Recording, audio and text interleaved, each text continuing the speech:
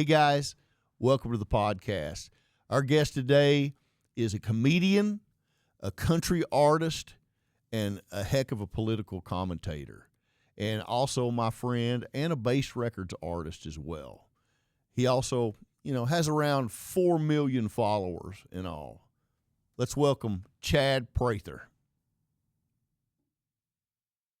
Sunday, absolutely, I'm not going. Yeah, I actually had a friend. Should we go ahead and start? Let's do it. Do we have the SSD drive hooked up and everything? We ready to go? Hit the big button. Oh, we've been recording. Oh, see, Max. Max. Max trying to get us to say something's what it is. Hot mic moment, man. Hot mic moment. Golly, I love people of color. Oh man, they're unbelievable. I love DEI. Oh man, and Mark Zuckerberg may be my hero. It's amazing how Mark Zuckerberg overnight has changed so much, and I believe every bit of it. Do you? No. Do you believe it? I do. I've thought about it, and I prayed about it, and the Lord told me Mark Zuckerberg is a new man. Oh, really? You know what? His hair has changed, too. His hair is a little fluffier. He's got a little bit more life in his eyes. Yeah. And so that tells me just vibrant. He became he's handsome. Very vibrant. It's amazing. You put those two pictures together of him when during his trial when he was in D.C. and now they have had major conversations with PR companies and how he looks. They've had to, because he looked like a robot wrapped in. He was a lizard wrapped in a robot. Well, I keep saying he spent all that time doing Brazilian jiu-jitsu, and some of that ball juice finally rubbed off on him. Ball juice. And he became a man. You can't say that. You can't say man. Nah, I don't know what a man is. Yeah. I'm sore, dude. I spent the whole day on a horse yesterday. On a horse? Yeah, we're shooting a promo for a possible TV pilot, and you heard it here first, TV pilot. And we're this guy. He's done a lot of movies with Nick Searcy and done a lot of things with John Rich, and he was on Family Ties. He's made a lot of movies, a lot of documentaries, and he wants to do this faith-based. Basically, it's a story of the prodigal son, and he wants me to star, and he's writing it for me and Nick Searcy. Oh, cool. And he wants to do this movie, and he's got this music involved. It's really kind of a, it's a musical. I mean, it's pure country. It's a story, but with the music behind it. And so I played him. He had some songs that he wanted to redo, and I said, "Let me let you hear some of the things we've put out this year." And he goes, "Oh, will they let us use that music in the movie?" And I said, "I bet we can negotiate something."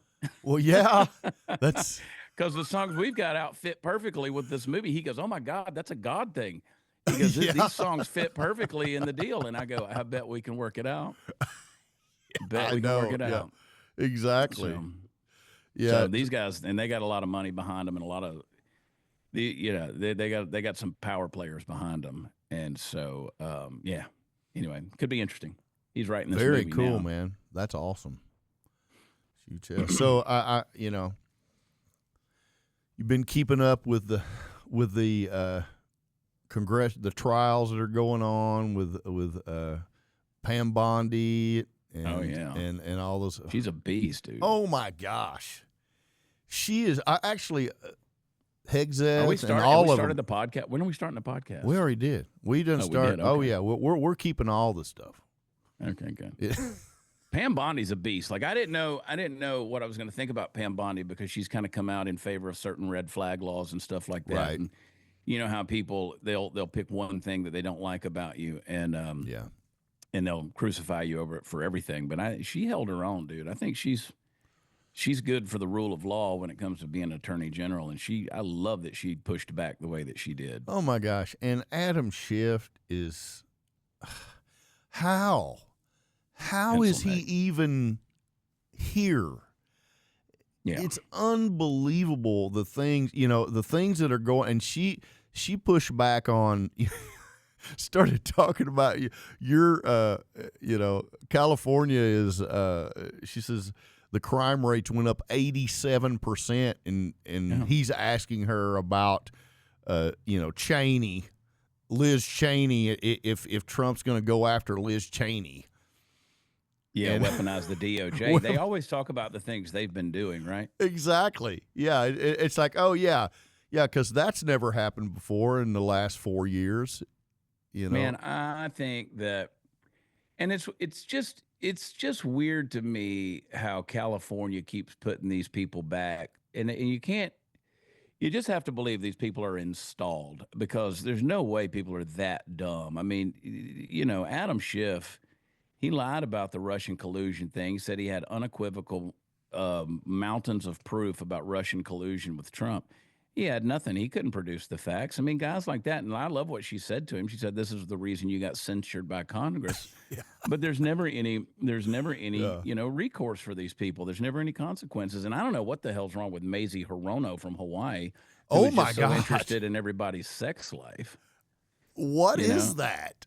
Well, I kind of think that when they keep going with that line of reasoning, that she's got some kind of whistleblower waiting in the wings, where they can come back and make a big story out of it and say, you said you've never sexually harassed anybody, but then there's some peon back there that says, oh, he flicked my bra strap or whatever. Yeah. It's so stupid. I mean, these days, everything is sexual harassment. Everything. I mean, you can't flirt with anybody. You can't tell a joke. You can't send a text message, or everything is sexual harassment. I've got a doctor friend of mine who he fired a girl that was working in his office, and I said, "Let me guess, she's suing you for sexual harassment." He goes, "Yeah."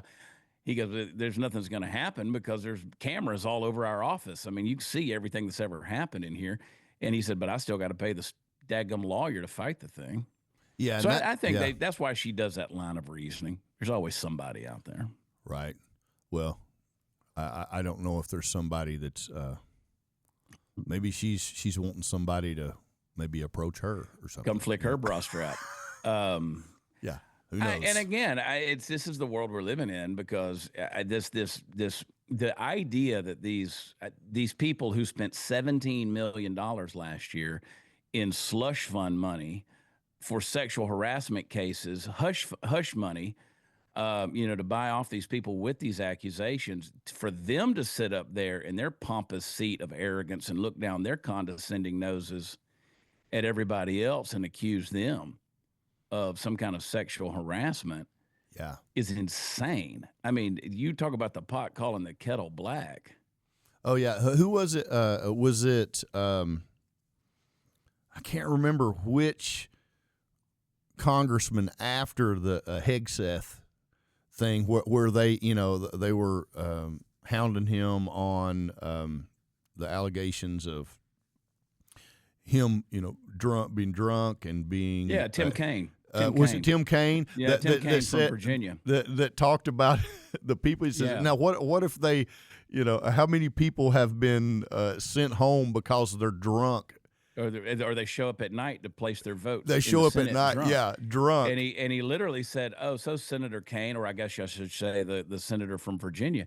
I mean, that was Markwayne Mullen from Oklahoma, who just leveled the playing field. Oh my God! And you also can look at Tim Kaine. You can look at Tim Kaine. And for people who forget, they forget that was Hillary Clinton's running mate for vice president. Tim Kaine has the face of an alcoholic. He's got the bulbous nose, the rosy cheeks, the whole thing. Yeah. I mean, he was probably drunk right there. Right. Yeah. And he also mentioned, if, how many people in here have got a divorce because, cheated on their wife. Did you guys fire them? Did you? These, I mean, and don't forget, last year you had that Senate staffer that was in the hearing room getting hothoused live on Facebook. That's right. The gay stuff in there and filming it. And so, Capitol Hill is a seedbed of evil. If you spend any time up there, and I've known a lot of people who have worked in D.C., it's all about the happy hours. It's all about getting drunk at night, Right. the parties, avoiding the STDs. Even Madison Cawthorn, you remember the congressman who was in the wheelchair. Right. And he said all along, he's like, man, it's just gross. It's disgusting, the behavior, all the, everything from sex parties and everything else. And so when that Senate staffer got busted doing that, he said, "Told you so." I got a Yeah. cameo coming here. I got a cameo. I got to say goodbye to somebody here. And not everybody comes with dancing girls. Oh, look on the at there. podcast. Yeah. Hey. You know what? We've been broken Man. up for 6 months, but I can't get rid of her. Oh my gosh. Yeah, okay. Yeah. Dude, there's something special about you're blocking my ear. I can't hear. There's something special about me because these girls, they come around and they don't leave, dude. Man. Tell yourself that. Yeah. So CJ's getting on the road. She's got a mother-daughter Oh my gosh. weekend. We might have been broken up for the past 6 months, but back off, B words. I'm back. Yeah, that's right. Oh, Man. yeah. Give me bye kiss. Get out of here. Bye, Be CJ. safe. Chris says bye. Be safe. Yeah, I know. Don't block my camera shot. This is a vanity shot. Be safe, girl. Man, Speaking it's a of madhouse. It's a circus. Oh around man, here, it's brother. crazy. Got women coming in and out. It's nuts. Dude. Max It's tried like to come in here and do that same thing a while ago, and I was like, "Dude, come on, man. We're on camera here, okay? This isn't a Senate hearing room. Hashtag me too." Where's my pink hat? Oh boy. I just made a Facebook ad the other day. I was talking about I saw where climate change. They're blaming it. Speaking of California, we're talking about California, the fire and everything, which is just horrific. But now they're blaming it on climate change. Everything is listen, all of the ills in the world you can blame on racism and climate change. Yeah. Climate change didn't close down 4 dams, ignore forest management, dry up fire hydrants, and go on vacation to Africa while it all burned down. Yeah, and empty a reservoir in the name of the smelt. Yeah, that's not climate change. That's not climate change, and they've arrested about 16 people that go by the name of climate change, I think. And all of them look like they come from south of the United States border. I know. So apparently, climate change has a different nationality. But I was just reading where he just dropped for the Newsom. He just a few months ago he brought down the for fire management and everything to $2.6 billion. Yeah. And at literally almost the same time, he advocated for $14.7 billion to go towards changing over to electric emissions in cars. Yeah. Well, and don't forget, this is the same guy that was pushing for reparations to the tune of like $1.6 billion in a state that never owned slaves and never had slave owners. Yeah. Never had any slaves. So the bureaucracy is insane. But if you look at the interviews that are crazy to me, whether it's with Anderson Cooper or Jen Psaki or whoever he's talking to, he's always like giddy with excitement. He's very animated with his hands. His dancing, while he was doing fires are just burning behind him. And they're talking about building back. And it's like, dude, you don't even have, in some places, 20% of the fire contained. Because these people have an agenda. And if you listen, you go back and listen to prior interviews, they want to build LA 28, which is in essence a smart city, which you don't want a smart city if you're a freedom-loving American. Golly. And they're giddy with excitement because now they're going to get the federal funding to rebuild, and they can rebuild the infrastructure as a smart city. And that LA 28 thing has been the plan all along. So whether they started the fires or allowed the fires or whatever happened, this actually played right into their plan because now they get to. This is the essence of Build Back Better. You got to destroy something first before you can build it back better. And they've destroyed LA. And then you look at Karen Bass and her history. Oh my gosh. She was a member of the Vincenero Brigade and took 15 trips to Cuba back in the 70s.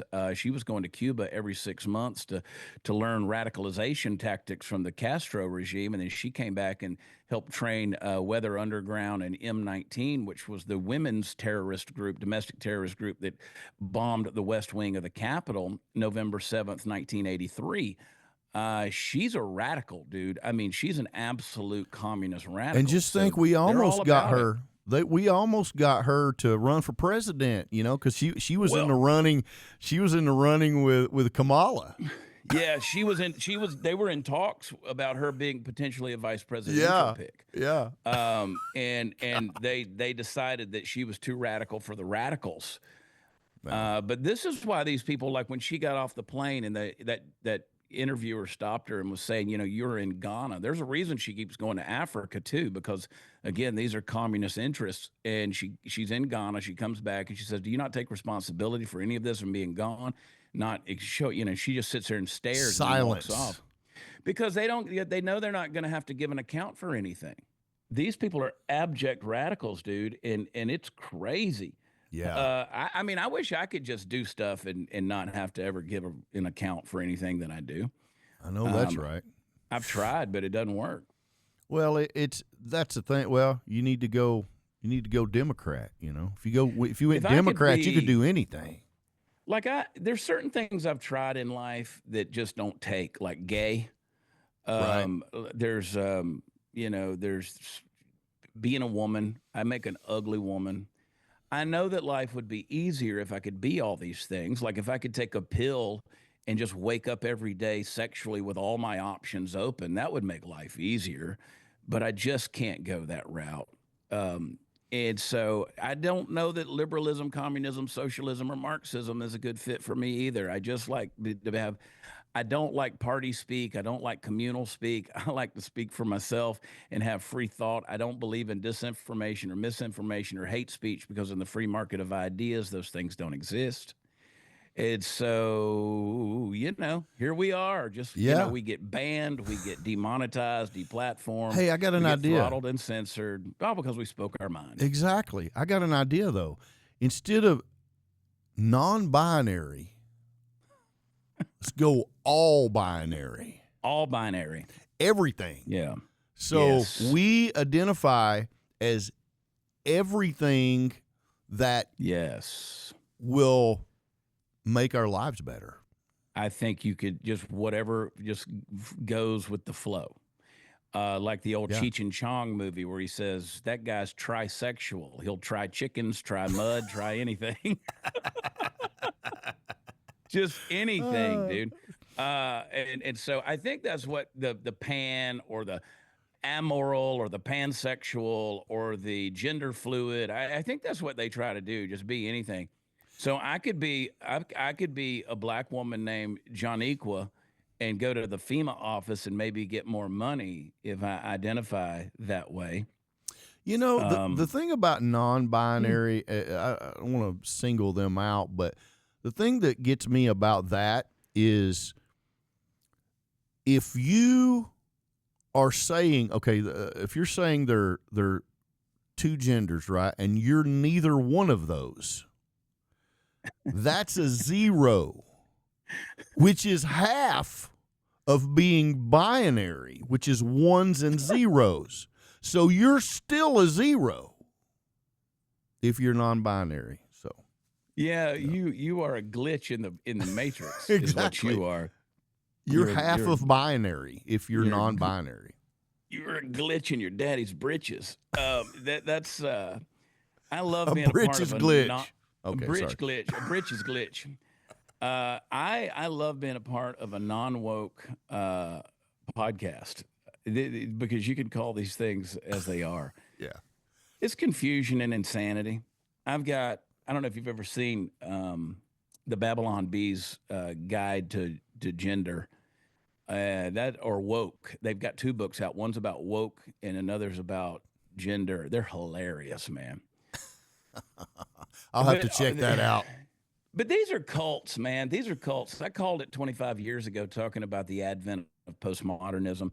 Nobody could define what postmodernism was as a philosophy, but that's the way they wanted it, because they want it to be ethereal. You make your own reality, and your feelings will always overcome facts, and your opinions will always be more important than truth. And so I had somebody the other day that was kind of got on in a debate with me, and they was like, well, I just don't feel like that's true. I mean, well, I mean, I'd love to go through life like that. Like I would love to be able to call the mortgage company and be like, you say I owe this, but I just don't feel like I that's don't true. feel like I owe that money. Yeah. Yeah. But it's a sad situation. We mock it, and it should be mocked, but it's a sad situation that people don't have any more sense of identity. We don't have, we don't have national identity. And if you talk about national identity or American exceptionalism or anything like that, you're called a racist or a bigot or something like that. You don't have gender identity. You don't have, I mean, the idea of assimilation, people coming into this country and assimilating into the, quote, melting pot, which is what we were supposed to be in the United States. That's an idea. We're supposed to come in here and maintain our ideologies. I mean, go up to Minneapolis where they're trying to institute Sharia law. Sharia law and the Constitution are abject opposites. So you can't come to America and just maintain your external identity and function as an American, or it's either you change or America changes. Right. It's like Milton Friedman, the great economist. He said you can have an open border or you can have a welfare system, but you can't have both. So if you're going to have a welfare system that helps people in a time of need, that's one thing. A country should have that. Mm-hmm. But you can't add an open border to that, because if you do that, the whole deal falls in on itself. Well, and people try to make, of course, these days everything is about race. You're a racist if you do anything. And, well, I went to the Houston Texans game, and I was a racist until I read the words in the end zone last weekend, and it said "end racism," and so I did. I just stopped. Right. Thank you, NFL. Thanks. But that's the thing is take the border for instance. They make people pouring over our borders that we don't know who they are about race. I always go back to the bowl of M&Ms. I have a bowl of M&Ms in my hand that has 1,000 M&Ms in it. I'm going to drop 5 that are poison, but there's only 5 out of 1,000. So here, have an M&M. It's fine. There's only 5. Yeah. And that's where it comes to. It's not about the race of the people coming in. It's about national security. Yeah. It's about, and it's the same thing with to me. It's the same thing when you're talking about, sexual orientation. Go ahead, do what you want to do. That's not, but you can't dictate what I think or what I do or what I do, what I call you. Yeah, that's just, they just always have to go just that over that line. Did you see that they're banning the red dye number 3? Yes. Which I don't know why they have to make that about color. Yeah, I know, right? What's the the full is that the full name of it? Why didn't they just say? Yeah, why can't they just say dye number 3? Dye number 3. Why they got to make it about color? Yeah, exactly. But again, everything has got to be about color. I mean, when you read my tour rider and I don't want blue M&Ms in the bowl, we make it about color. Exactly. We don't like the blue one. Well, and what about? And here's another thing that always gets me is when you talk about the L's and the G's and the B's and the Q's. I have great friends that are I think we're going to do a special on them. I have gay friends that are more right wing than I am. Yeah, I do too. And I mean, are they really friends? I don't know. Friends. Friends. No, I do too. No, I do too. No, I mean, seriously, and they're amazing people.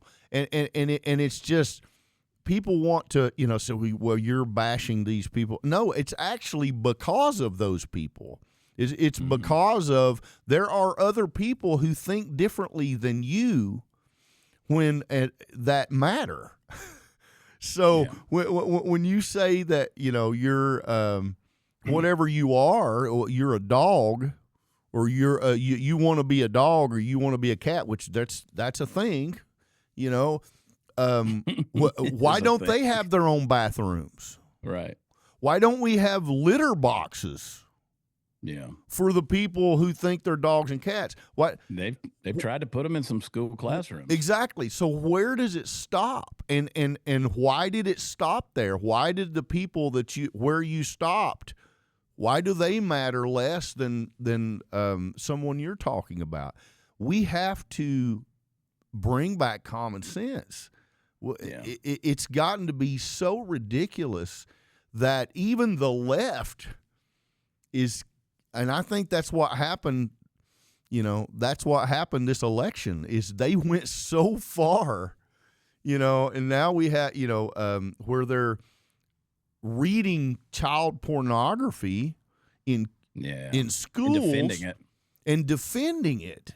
And, and it's just, it's gotten so far that even the people on the left are like, whoa, wait a minute. This isn't what we wanted. Yeah. And now you have. I remember. I'm not a fan of Van Jones, but Van Jones. I was listening to him on a podcast years ago, and he said something that I did like, and I used it for a number of years. I made a comedy bit out of it, but I don't know that it's necessarily true anymore. He said, a healthy bird has two wings. There's a right wing. There's a left wing. You cut one off, you don't have a healthy bird anymore. And he said an airplane has two wings, and you don't want to be, when you're riding on an airplane, you don't want to be riding on the wing. That's not a comfortable trip. You want to be in the middle. You want to be in the fuselage, right? You want to be in there where it's climate controlled and pressurized. He said, you get out on the wing, it's dangerous. If you cut one of the wings off, it's dangerous. And these days, people have gotten so far off. The left particularly went so far off the side of the wing. That they lost a lot. I mean, John Rich, our buddy John Rich, made a tweet that went viral the other day about, big time country music stars. Why don't you come out and say you support Trump? You do. I just saw that. I just watched that today. Yeah, I saw that today. You do. And why don't you come out and say it? And well, the reason they don't is because of what the backlash that Carrie Underwood's getting right now for saying she's going to sing God Bless America or America the Beautiful. It's God Bless America, right? At the Trump inauguration. Yeah, it's one of them. And so, so she's catching all the blowback and all these people melting down saying, well, we're never going to listen to her again. And I don't know. Maybe that's why I've never been all that successful. It could be the lack of talent, but I would say that I've been pretty outspoken about where I believe. If you meet me, you know pretty quick where I am on things. I've always been fiscally conservative and reasonably socially liberal. But now the socially liberal thing has gotten so progressively retarded that you can't even identify it anymore. And you can't even have a normal conversation with some of these people because they're offended by everything. So you had a lot of people in the black community, a lot of people who are very faith-based and Roman Catholic in the Hispanic community who just said, yeah, this ain't going to fly with us. When you got an admiral, Navy admiral that's in the White House wearing a dress and that's a dude, and you got, Sam Brenton in charge of our nuclear waste disposal, and he's stealing women's luggage off of the airport carousel so he can take their dresses out of there and get his wardrobe by stealing it.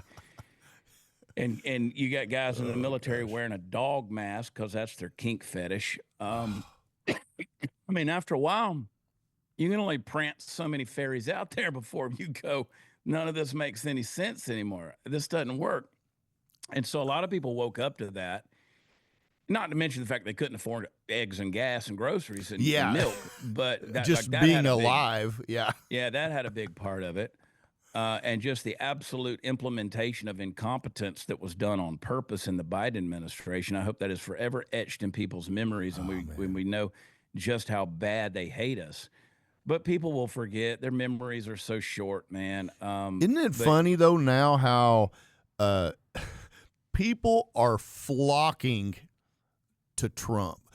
DEI is dropping all over. Like DEI is dropping like flies, man. I mean, did you see where AOC, within 2 days of Trump winning, she dropped her pronouns from her?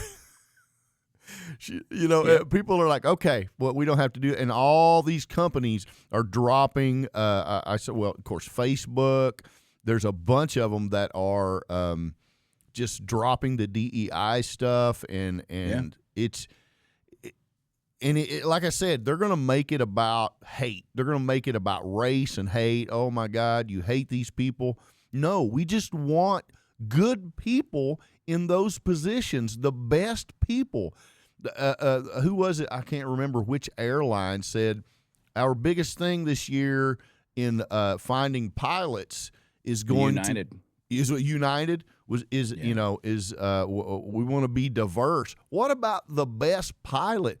What about the pilot that isn't going to crash my plane on the way to Dallas? That's the truth. My these God, they're celebrating the wrong stuff. They're celebrating the wrong stuff, and it pisses me off because you had these corporate entities who tried to play the woke game because they felt like that was where the windsock was pointing them, right? That was the direction the wind was blowing. And they tried to play that. It backfired on them, R.E. Bud Light, see them in the footnotes. But as well as Tractor Supply and Carhartt and numerous other companies that were out there who tried to play the woke DEI game. And they got bitten in the ass by it. So now that Trump's back, it's almost like there's this sigh of relief and they can go, oh, we can go back to being normal again.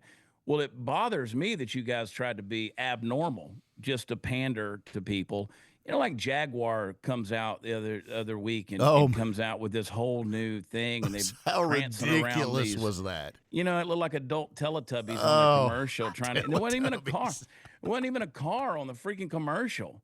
I mean, it was just dumb, dumb. Why are you doing this kind of stuff? I want American brawn. I want American guts and glory, dude. I want, the Pete Hegseth thing. They were focused on, oh my God, he's an alcoholic and he's got stuff in his life and in his past, and I'm like, okay, great. But can he be the tip of the spear? Can he cut that guy's head off and roll it down the hill in the face of our enemies and make sure that when we go to war, it's not a fair fight? That's what I care about. When you had hundreds, if not thousands of people, veterans who showed up, there were a lot of veterans in that hearing room that day. And a lot of senators say they had never seen that much military support for a confirmation hearing for a Secretary of Defense, because he's a guy who represents them. And if that offends you, so be it. I mean, the status quo kind of sucks. And if it rubs the cat the wrong way, let's tell the cat to turn around. To me, that's the American way.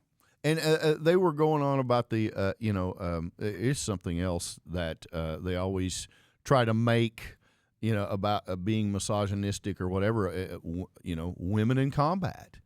And the way I look at that personally is there's so many things that is going to complicate things in combat. But when you have, it's the same thing as men in sports, in women competitions. It's the same thing. You want the person that is going to be a demon dog, and I'm not saying that can't be a woman. No, I'm not saying that at all. But if you have to lower the standards, which is what they've tried to, which is actually what they've done in a lot of cases, when you lower those standards for them to be able to be in there, let me tell you something. China is not lowering their standards for their soldiers. Right. Russia is not lowering their standards. And when stuff goes down, and we bring the weak sauce into the strong sauce, it's not going to be good. And people are going to die because of it. And it has nothing to do with hurting a woman's feelings or whatever. I think women should be in the military.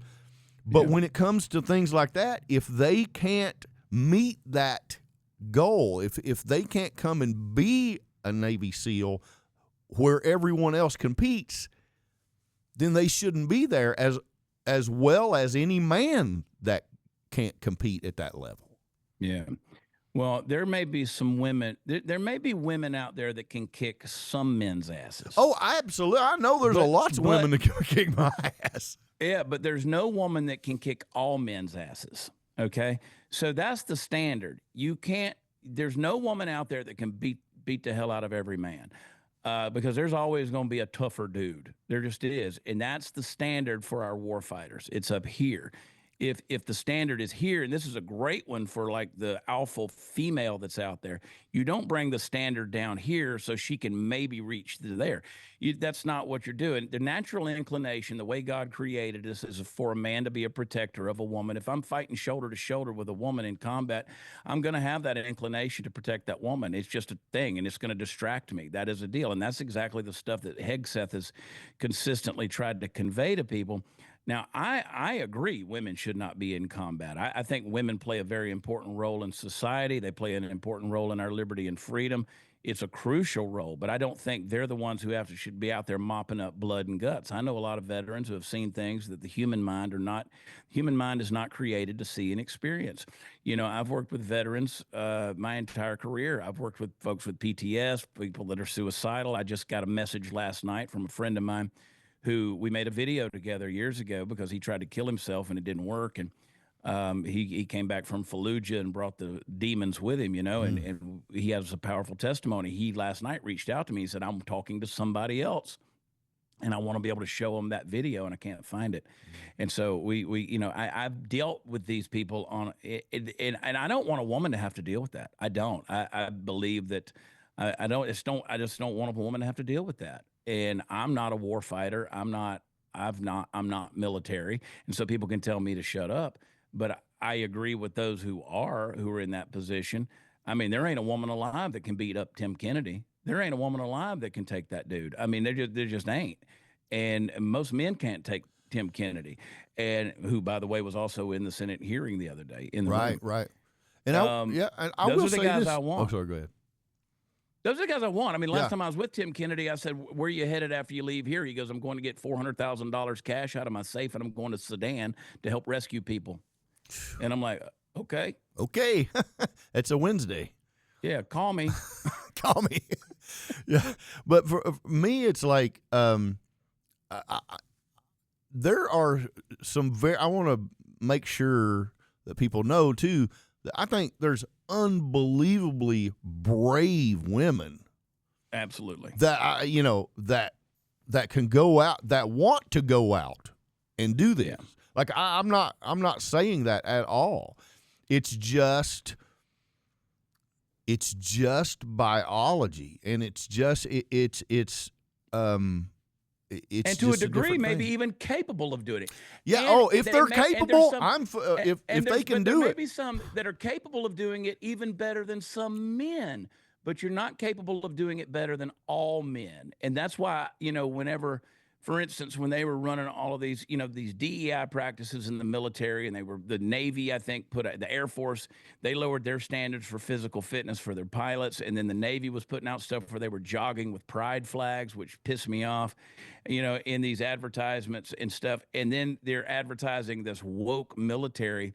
And then suddenly we got on the verge of World War III, and our recruiting was way below what it should have been. The quota was off. The reason it was off is because, by and large, people that get recruited and join the military are generational military members, grandpa, dad, son.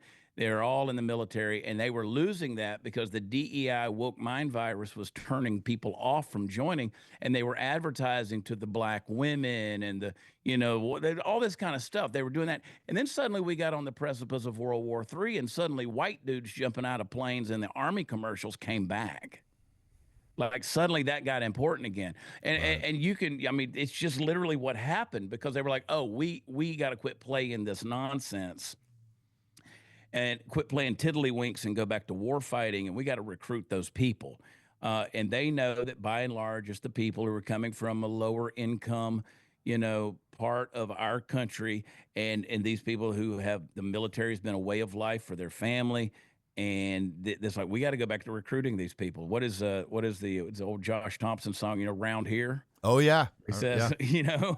that song was like, we're the ones that come after. We're the ones that have to go and fight the wars. Yeah. So might not want to come messing with us, around here because we're the ones that go to fight for the country. Speaking of wars and everything, I was just I said I'm going to bring this up because I saw where Trump, I'm going to read his tweet here. It says, I just spoke with Chairman Xi Jinping of China, and call was very good, both China and USA. It's my expectation that we solve many problems together and start immediately. We discuss balancing trade, fentanyl, TikTok, and many other subjects. President Xi and I we'll do everything possible to make the world a more peaceful and safe. He is the worst Nazi ever. He's gonna have to live up to the Nazi name. He's gonna have to do a lot better than that because he's terrible fascist. He's a terrible fascist. And the difference between Trump and the Biden administration, and I say the Biden administration and not Biden himself because Biden wasn't doing anything. We've basically for 4 years been run by 21-year-old interns. Did you see the other day when Biden said the impact of my presidency is going to be the seeds of which are going to be felt for decades to come? They posted that on the @POTUS X account while he was addressing the nation on TV. So that proves he's not the guy, which we already knew, but it proves that he's not the guy posting the tweets.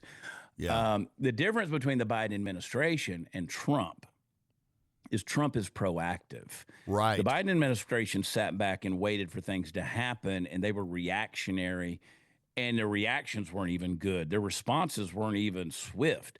Trump actually gets ahead of the game. He's done more. He isn't even in office yet, and he has done more than the whole administration in the last 4 years.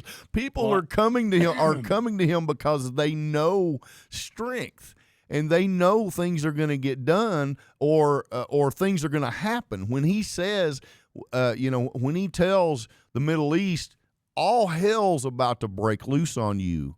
Yeah. If this isn't, and here, what do we have? Yeah. Now we have Hamas and everybody coming to the table.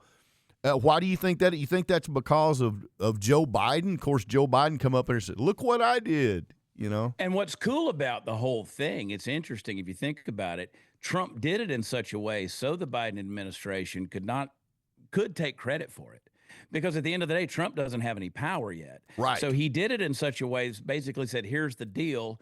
Biden's got to make the transaction happen. I don't like the transaction because if you're going to take 30 terrorists out of prison and give them back in exchange for that, I don't think that's the Trump deal. But he did it in such a way that Biden could take credit for it. But at the same time, in taking credit for it, he looks like an abject moron and fool because Trump got more done in a couple of days. Even Netanyahu and the Gaza representative said that after that one meeting from the Trump liaison who came over there and met, it was an intense meeting, they all gave Trump the credit.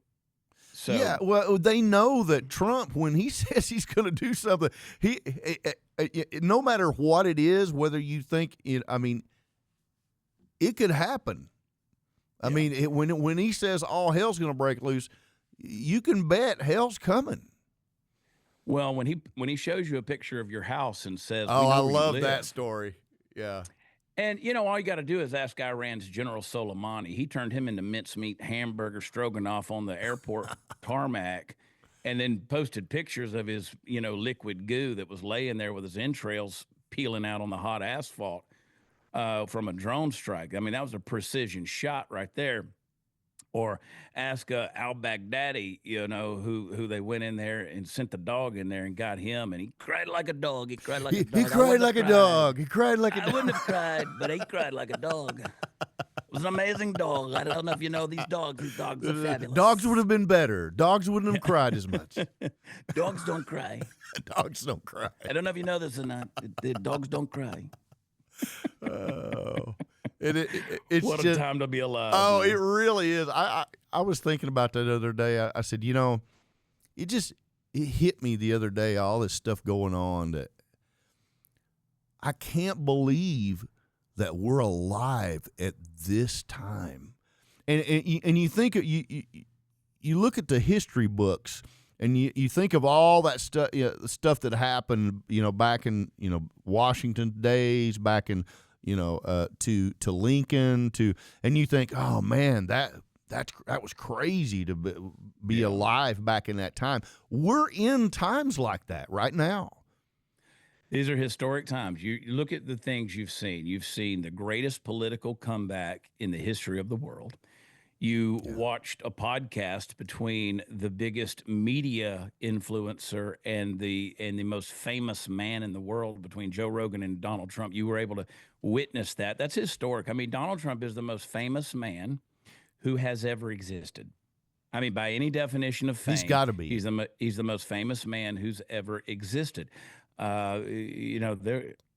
Back in Attila the Hun's day or Alexander the Great's day, there were people on the other side of the globe that didn't know those guys existed. Yeah, that's not the case with Donald Trump. That's why. Let me see if I can reach it. I can't reach it. Uh-oh, what are you getting? Oh my gosh! What do you got? My Donald head. It's not a bobblehead. It's a. It's Donald a beautiful head. head. It's a beautiful head. Fight! Wait a minute. Let me get my shoes. Look at that. Oh my gosh, that's amazing. I don't know if y'all can see it when I hold it up. I need one of those. I need one of those to put behind me. Yeah, you can get them. Bobbletopia has them. Bobbletopia.com. Oh man, I'm having a custom one made. I've got a Chad Prather bobblehead coming. Oh, he said the ear was bloody on the bobblehead. I didn't know that. Yeah, there's blood on the ear. Oh, I didn't know. I couldn't see it from here. Yeah, they even painted the blood on the ear. It's awesome. What a time to be alive. Oh man, it's so crazy. What a time to be alive. Yeah, that's why our song "What Happened to That" is so relevant right now to everything, because we look back and it's like that loss of values. Every single person, I haven't seen a single person say a negative thing about that song. Everybody's there. Even the lyric video that they're watching for "What Happened to That," which Baste Records did a fantastic job on that lyric video, getting it done, because that's people are like, man, I'm crying. I'm watching it and I'm crying. Well, it's so nostalgic, but also so. I think I sent you the text. My co-writer David Lee, who I love, a great friend of mine, he texted me and he was like, "Isn't it amazing that we wrote that song probably, 10, 15 years ago, and how relevant it is right now." Yeah, and it's probably more relevant than ever. Yeah, and that's the thing is people when they look back on, and our past isn't perfect, but when you compare some of the stuff that is happening now, the craziness, it kind of makes you want to go. Like the song says, what happened to that? Why are we not? Why are we not doing that? Why are people, burning flags on that? How do they not realize? This is another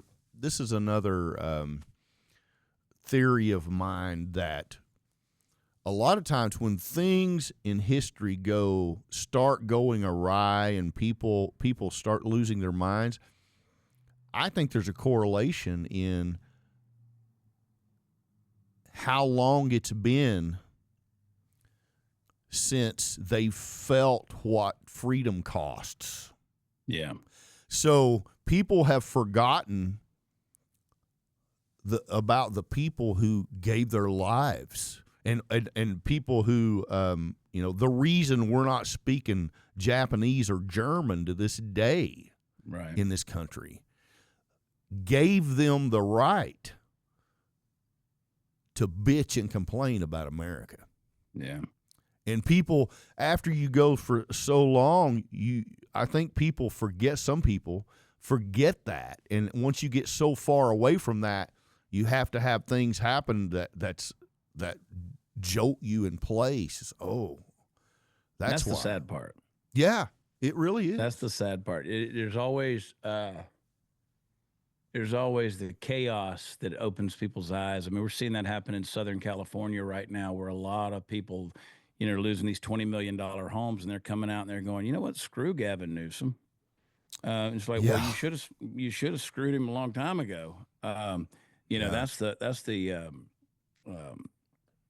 But again, it always takes some kind of chaos. It always takes some kind of tragedy. It takes some kind of deal to open people's eyes, and it's like that's why you gotta have a society that values critical thinking, not group speak, not repetitive word witchcraft that the mainstream media tries to engage in, but critical thinking. That's why I always say there's no such thing as disinformation or misinformation or even hate speech in a world that values critical thinking, because I don't need fact checkers when I have critical thinking. I don't need that. I can read something and I can say, okay, let me ask where that's wrong, or let me ask where I'm wrong. And if you do that, I don't need community notes. Right. And because I've got critical thinking, I can tell when something is wrong, or I can tell when something is offensive. I know that these are certain things I don't need to say. Critical thinking tells me that I can't, shout fire in a crowded theater. I shouldn't need laws to tell me that.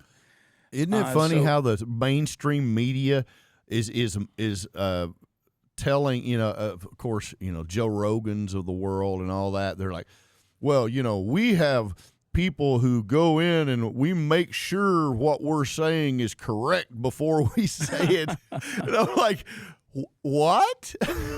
You do? How are you even saying that with a straight face? Right. It's when so you're being crazy.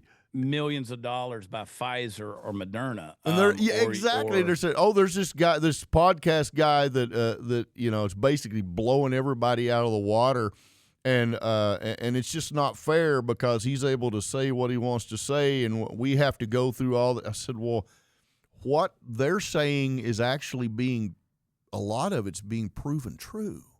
Yeah. Like funny how that works. It's funny how conspiracy theories are going down, like being proven one by one.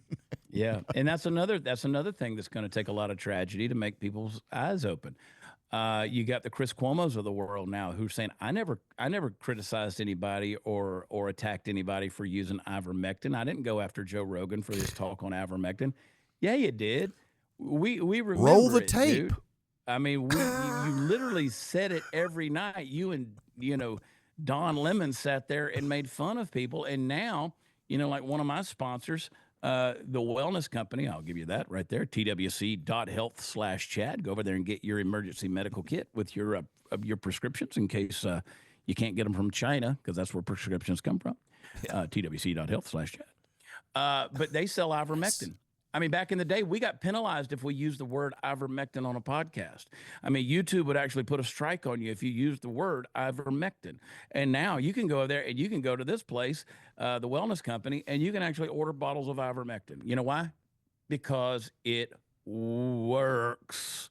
And even the Chris Cuomos of the world are saying, yeah, I've been taking it. I'm like, really, dude? You've vilified people for their use of it or their discussion of it. Yeah. Just the other day, the other day, Mel Gibson was on Joe Rogan and talking about people taking that and the other Fenblue, whatever. I can't even pronounce the word. Right. And talking about his guys got over cancer. And now Mel Gibson's being vilified for saying that stuff.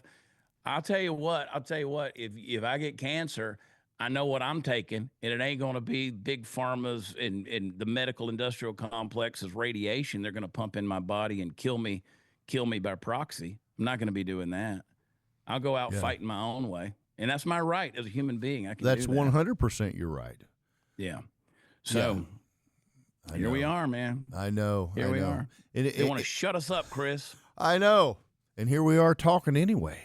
Well, it's one of the reasons I go. I will never stop doing live shows of some form or fashion because there's no filter, there's no algorithm, there's nothing to censor me. It's just your ear holes and my mouth hole. I can communicate my ideas. They go into your ears, and you can like them or not. And there's nothing to stop me from doing that. That is the beauty of freedom. I should be able to take the ideas in my head and formulate the sentences, put them out there. You listen to them, you churn them around, and you do the same process back to me. That's what our country was founded on. Discussion, dialogue, debate, disagreement, but we come back together because the unity is not built on our feelings. It's built on the commonality of what those values and the foundation was, which in our case was the Constitution and the Bill of Rights.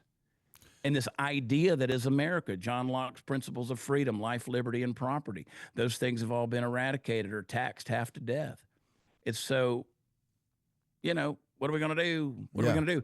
We either get back to that or we fall apart. Alexander de Tocqueville said America is going to be great as long as America can be good. I mean, we were literally built on a moral value that if we stopped that, the beauty of what the idea of America was, it was built on the freedom that we could become evil if we so chose to do that. Right. So de Tocqueville said, we'll be great as long as America will be great as long as America's good. Yeah. Our founding fathers counted on a moral majority to be out there to know right from wrong. But now right from wrong is being dictated to us by the fact checkers and the community notes and the talking heads of the mainstream and legacy media, which is why CNBC just fired Rashida Jones because MSNBC she was the president, CEO of MSNBC. They fired her because their ratings have gone down 55%. Their viewership's down over half because nobody wants to listen to that stuff. Well, and also, getting back to the mainstream media of just chopping up sound bites and saying, "Oh, look what he said," and not showing the entire thing. And I think that's the thing. I think there was a huge shift, honestly, when Trump went on Rogan for 3 hours. Yeah. And he had follow-up questions. And Rogan talked to him, and you got to the crux of everything they talked about, because it wasn't just a soundbite that they threw out and said, "Oh, he said this." Well, no, if you watch it, he said this and this and this, and it's proof, and here it is. And I think the mainstream media has gotten so used to, and unfortunately, the left listening to it has gotten so used to just hearing those small sound bites and just going with it. It's witchcraft, dude. And it's a witchcraft. It's like him, when that whole thing. I still have friends. Well, Trump made fun of a disabled person. I was like, no, he didn't. He's done that. They literally showed probably 7 different times years before he even met that guy of him doing that same thing.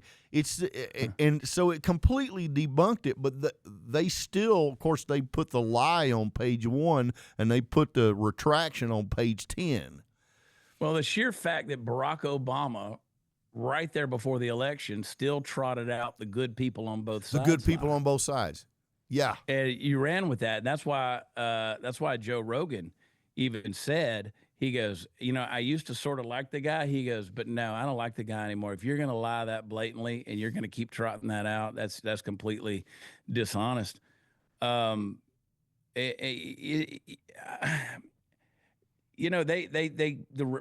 why I say it's witchcraft, because the complete repetition of all of it over and over again, you hear the sound bites, and that's what people run with, and there's no critical thinking. I mean, much less common sense, but there's no critical thinking. Yeah, let's bring back let's bring back follow-up questions. Let's bring back a president that will sit and talk to the press. Yeah. And take questions, even though they're hot questions, they're hostile questions, answer some stuff and go back and forth with the press. I mean, my gosh, we're looking at 4 years of just homogenized, just making it where no one could actually ask them anything that would make the optics bad. And look at all the dementia-ridden responses Joe Biden's given to the press, either ignoring them, walking off, or the other day he said, when they asked him, does the credit belong to you or Trump? He goes, is that a joke? Is that a joke? And, what if you got hit in the head with that camera behind you? Or he asked the one person, it's so many different things that he has said over time that are hilarious. They're not hilarious, but it's hilariously true how he comes back after these people whenever they ask him, like the one day where they were asking him a question, like, how about you just be quiet until I tell you, let me do the talking. Right. And, Trump comes out and does his press conferences. He does it. He's never shied away from the press. He loves it. Oh yeah. And honestly, he probably lets people know a lot more than they want him, than his people want him to say. Yeah, and how many times did Joe Biden talk about how he was going to be in trouble? Oh, they're going to be mad. Oh, they're going to be mad at me.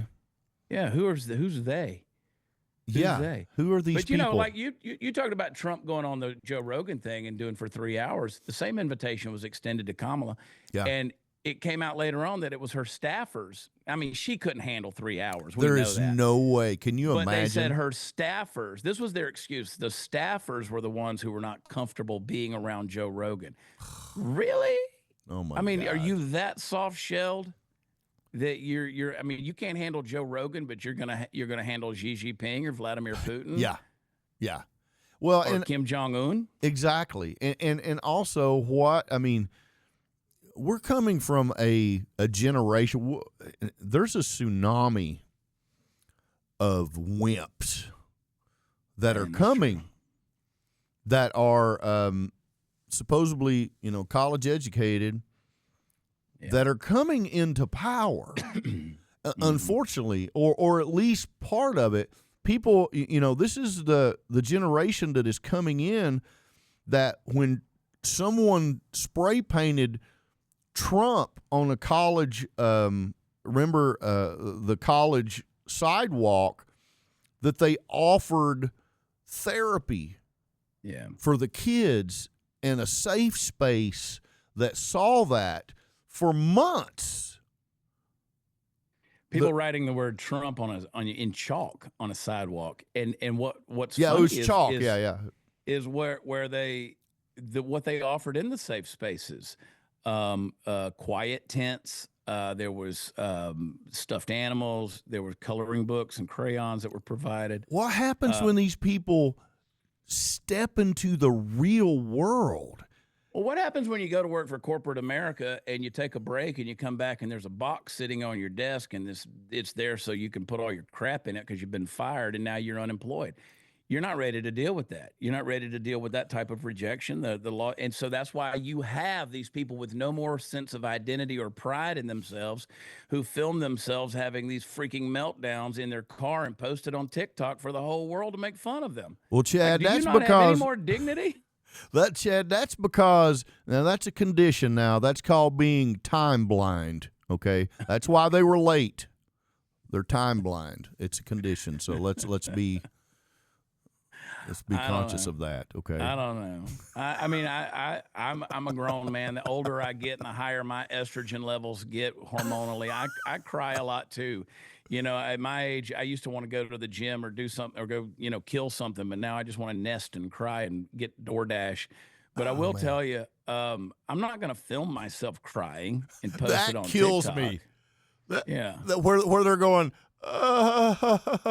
and then and then they have the music. So what they've had to do is they've gone, oh my God, it's so bad. Okay, sad music. Let's see. No, I don't like that one. Sad music. Okay. Yeah.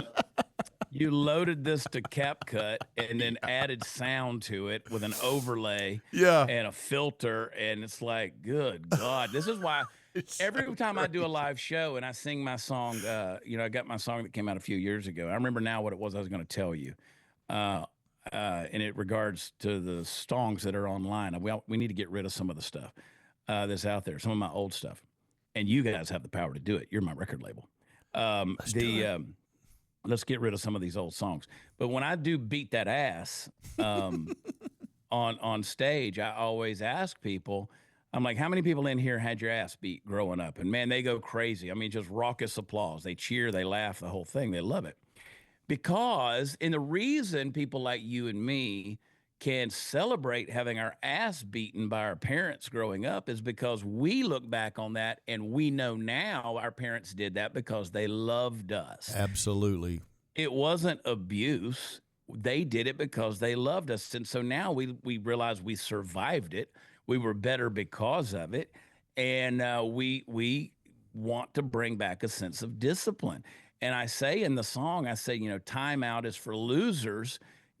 Because again, timeout is that you're going to put your kid in a safe space for 10 minutes so he could strategize about the next round of shit he's going to do to you. And you're turning them into little Mussolinis, little Hitlers, little Maos, little Castros. They're little evil dictators that control the home with chaos. Beat that ass. And I always say, I got 4 kids. They're grown and gone, and they're doing great things with their life. And the beauty of having a big family is you don't have to beat all their asses. You can just cut one out of the herd and take that one over there and beat that one while the others watch. It's effective, dude. But people say, that's abuse. No, it's not. I love my kids. It's a joke, first of all. But discipline is read the book of Hebrews in your New Testament. Right. Hebrews chapter 12 says that if God ain't disciplining you, then he don't love you. The discipline is a sign of love, and he only chastens those whom he disciplines those he loves, and that's it. Yeah, and the rest of you can just run roughshod and go to hell. Yeah, and there's a lot of people who are growing up, with children that are their best friends. I can tell you right now, my dad was not my best friend. My dad, there was times, of course, he was an amazing person. He's one of the greatest men I've ever met in my life. But you did not have to wonder what was about to happen. There was no, like we said in the song, there's no timeout corner. There was no, you didn't have to wonder. Yeah. So you knew. And there was a lot of things in my life that come along, decisions I could have made that I thought, if my dad finds out, like, this is not going to end well. No. And I made a different decision because of that. And I'm grateful for that. I'm grateful that I knew what was going to happen, and I didn't say, well, if I take these drugs, man, I'm going to get put in a timeout corner. I'll probably have my phone taken away for a week. I don't know. Yeah. It wasn't that. My dad would jerk a knot in you. Absolutely. And even when my dad, before he died, the latter, 15 years of his life, he'd had a stroke and he was mostly paralyzed on his right side, but I still was scared of him. Because he just give you that look. And that's another reason why the Bible says that the fear of God's the beginning of wisdom, because if you know that there's somebody watching you, it'll keep you out of trouble. And my dad, just knowing the consequences, kept me out of trouble. And so consequently, all of my friends, I was a ball player. I played baseball. And when we'd go out, if we had some kind of wild idea, we were going to go to Hilton Head, South Carolina for spring break or whatever, all the other ball players, their moms would say, we were hesitant to say, yes, y'all could go. But then when we found out Chad was going, we were like, okay, we'll let this happen. because they knew I had a conscience. And it Right. wasn't so much having a conscience. I just knew that I had a father that would, pick me up by my hair and strangle me if I did something stupid. Yeah, And it kept me out of trouble. absolutely. And it's repercussions. It's literally just knowing that if you do this, this is going to happen. And I've said this a million times. I actually said this on a Newsweek article when they were talking about the Afro Man thing. Hunter got high. They were telling me they were like, well, don't you feel bad for that you're making fun of addicts? And I was like, no, I'm actually, this song is for addicts because they would have gotten a different outcome as Hunter did, because I said this is actually for them because they don't get the repercussions. I mean, Hunter didn't get the repercussions that they would have gotten. And what I said at the end of the article is, it's within my First Amendment right to go up to a 6'10" man and call his mama ugly, but that doesn't unwhip my ass. I still get killed. So it's just about taking responsibility for your actions. And I think all of this stuff that's going on, that's the crux of it. All the stuff we just talked about it comes down to just simple responsibility for your actions and actually knowing that there is something that's going to happen if you do this, and there's something good that's going to happen if you do the right thing. And it's just as simple as that when you boil it down. Yeah. Is it like we make life far more complicated than it has to be? Absolutely. We really do. Yeah. And if you're weak and if you can't take a joke and you're easily offended, or you've manufactured oppression, or you've created some sense of victimhood, you probably already gone off this podcast. Yeah, it's going to be real. It's going to be real hard for you to make it through life. Yeah, absolutely. Yeah. I mean, there's some people out there with real wealth, real privilege and stuff like that. And even those people are still trying to manufacture some kind of oppression. I mean, you look at these A-list Hollywood celebrities that have decided that suddenly they got 4 kids that are trans or something. And you're literally creating something in order to marginalize yourself, and you're using your kids to do it, which is damn sinister, but they're doing it. And people want, because here's the deal, Chris, people want to be identified by their problems. That's why men get together and you tell some crazy story, and then I want to one-up you, and then the next guy wants to one-up that one, and we identify ourselves by our scars. You remember that scene in Jaws where they're on the boat and they're showing each other their scars, the things they've been through. And Quinn pulls out the deal and he says, "It's a white tiger, it's a tiger shark in the Pacific when Indianapolis went down. They've got 400 men went into the water, 29 come out." And so, and I'm like, that's men, dude. They like to show their scars. People love to identify themselves by their pain. And if you don't have any pain, you'll create some in order to have an identity. Yeah. And so hence you have the cancel cultures and everything else that's out there. Absolutely. Bastards. Man, well, I don't want to keep you all day. Man, thank you so much, Chad, for coming on here. And man, I consider you a friend and just you're one of the it's unbelievable the things, like when I went on your show, but I was a fan before we even started working together, but I always thought you had something, especially when you would go on those those rants and those great things that you do. I thought you had a teleprompter, and you don't. And I want to learn from you because you're so good at that. I'm one of those that kind of go back and forth, and I'm trying, but man, you have such a talent for that. It's unbelievable. Thank you. I got a weird mind, but I've tried to, like the other day on the podcast on Dear America, I tried to open the show with a little rant using a teleprompter, and I just had to quit a couple of sentences in because I can't do that. Like, it's just, it doesn't flow right for me. because I feel like I'm doing lines, and so it's rehearsed, but my brain works about 5 seconds in front of my mouth, and that seems to be slowing down these days. My brain, not my mouth. But no, man, you're a good friend, and I've been a fan of yours too, and I was talking about you in the last couple of days to some folks, and always bragging about what you're doing and what Baste is doing, and putting the stuff out there, and it's we've been doing this thing now for. Doesn't seem like that long, but I guess we've kind of been in cahoots together for a couple of years. Yeah. And I just like being a part of, I told you, when we first started talking about being a part of Baste Records, I said, I'm not looking for like a contract that says we're going to do this number of months. I said, let's just build a relationship and see where it goes. Right. With no sense of do's and don'ts and obligations and making sure everybody, let's just see what comes out of the wash, Yeah. And so we've produced some pretty good stuff. Absolutely. And I think, it's probably about time we, do maybe put out a EP. I think it's about that time. I think it's about EP time. About that time. And but I do want to talk to you. I got to eliminate some of those older songs off of there because I think the quality of some of those older ones misrepresents some of the quality of stuff that we're doing right now, and it's so good.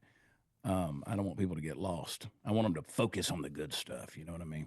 Heck yeah, man. We'll do it. So, well, man, thank you so much, Chad, and thank you guys out there, and and definitely go.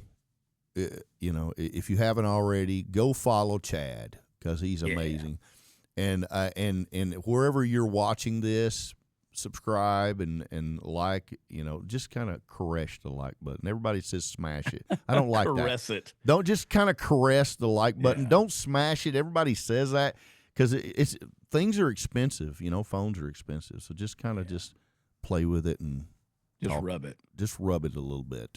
Okay. So I'm gonna steal that. Start using it for my show. Just go rub it. Don't be smashing it. Yeah, that's awesome. Anyway, thank you Thanks guys for having me on, buddy. Man, thank you so much, and we'll do some more. And thank you guys. We'll see you on the next one, Baste Records Podcast.